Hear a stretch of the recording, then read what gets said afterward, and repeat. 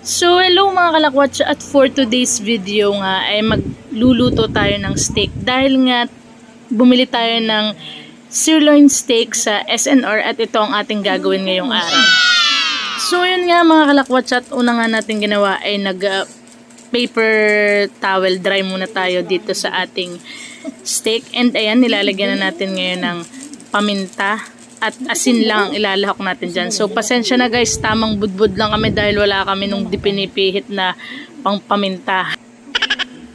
At both side nga natin yan lalagyan ng asin at paminta. So, ayan lang. And after that, ay tayo magpe-prepare na para iprito itong ating steak.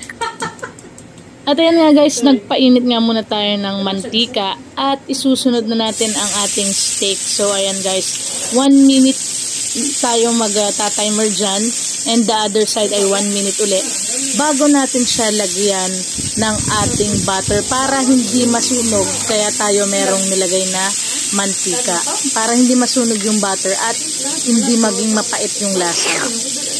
So sunod nga natin ang ating bawang pang pasarap.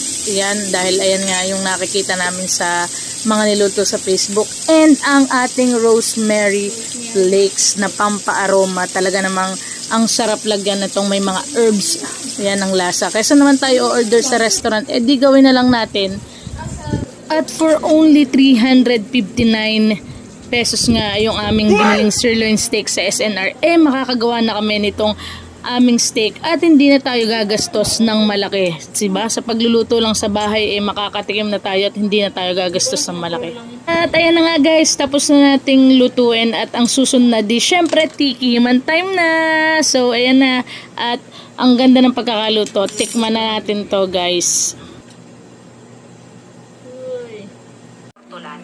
Para mas madali namin makilala ang mga sauces ay nilalagay namin